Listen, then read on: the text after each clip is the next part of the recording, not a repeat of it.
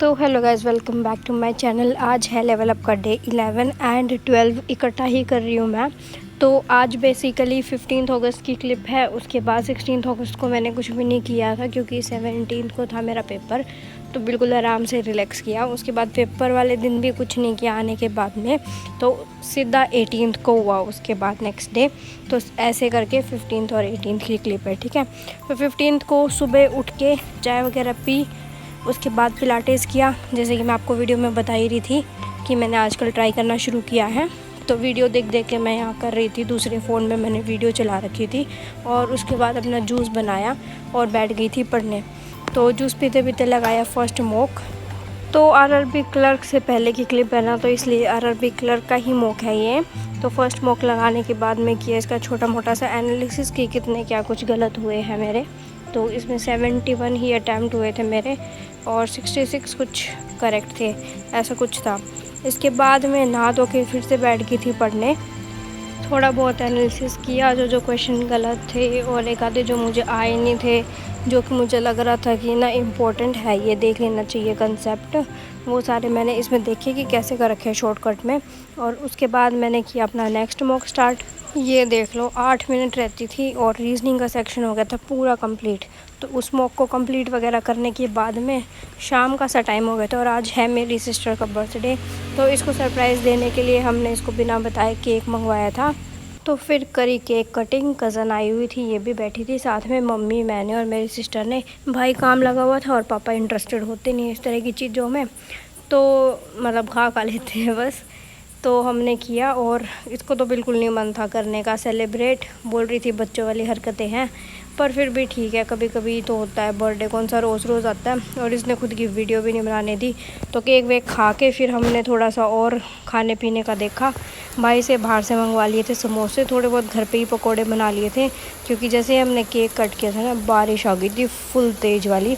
तो मौसम भी वैसा सही हो गया था कि कुछ चटर पटर सा खा लेते हैं।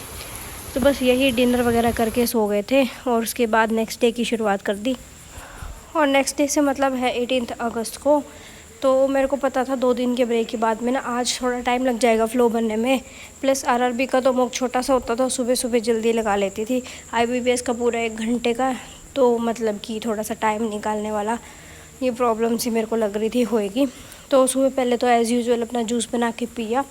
उसके बाद करी थोड़े बहुत खाने की तैयारी, मम्मी की करी हेल्प। तो आज बनाने थे छोले, मैंने उनको बॉईल वगैरह करने चढ़ा दिया। फिर उसके बाद नहा धो के मैं तो बैठ गई थी अपने पढ़ने।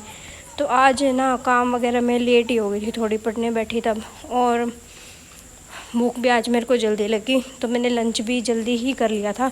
लंच करके फिर किया थोड़ी देर आराम, क्योंकि काम वाम करके मैं गई थी थक और मेरे को बहुत नींद आने लगी थी। उसके बाद बनाई टू डू लिस्ट। आज लिख तो ली हैं एक्स्ट्रा चीज़ें 2-3, पर मुझे लग रहा है सब हो नहीं पाएगा क्योंकि आज लेट बैठी हूँ पढ़ने, पर देखते हैं। काम की शुरुआत करी फिर मैंने आईबीपीएस के क्लर्क के मॉक से, जो कि टेक्स्ट बुक खोला ना, सबसे पहले लाइव मॉक आया हुआ था, तो सोचा ये लगा लेते हैं। तो मैंने लाइव मॉक लगाया। 72 मैंने अटैम्प्ट किए, 59.5 आए मेरे मार्क्स। तो इनको देख के तो मेरे को टेंशन एक बार तो हो गई थी कि अगर पेपर में यही हाल रहेगा, इतने इतने गलत होंगे, फिर तो हो लिया मेरा।